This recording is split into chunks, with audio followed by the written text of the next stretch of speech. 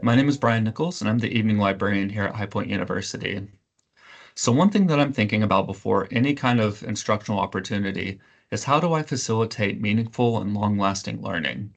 It's one thing to help a patron find a book or an article from our library resources, but what I really want to do is I want to teach them how to think well about what matters to them. That's a key concept of learner-centered pedagogy.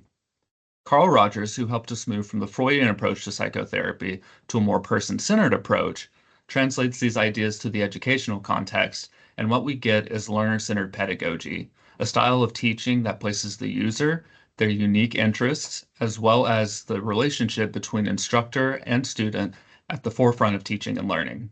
Learner-centered pedagogy also urges the instructor to think about what it's like to be a person learning something. In my case, I need to think about how much experience the user might have with the library resources. Have they ever used the catalog to find a book before? Have they ever used the databases to find an article before? Do they know what constitutes scholarly content?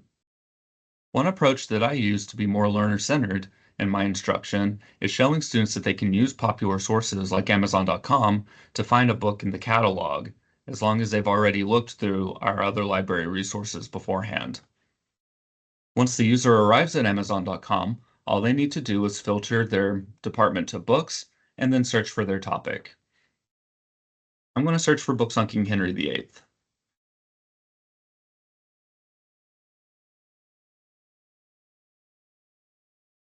Once the student finds a book that they're interested in, they can click on it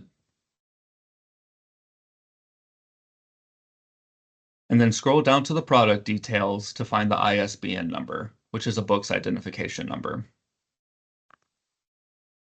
They can then copy and paste that into the library catalog, and if the library has access to this text, it should pop right up.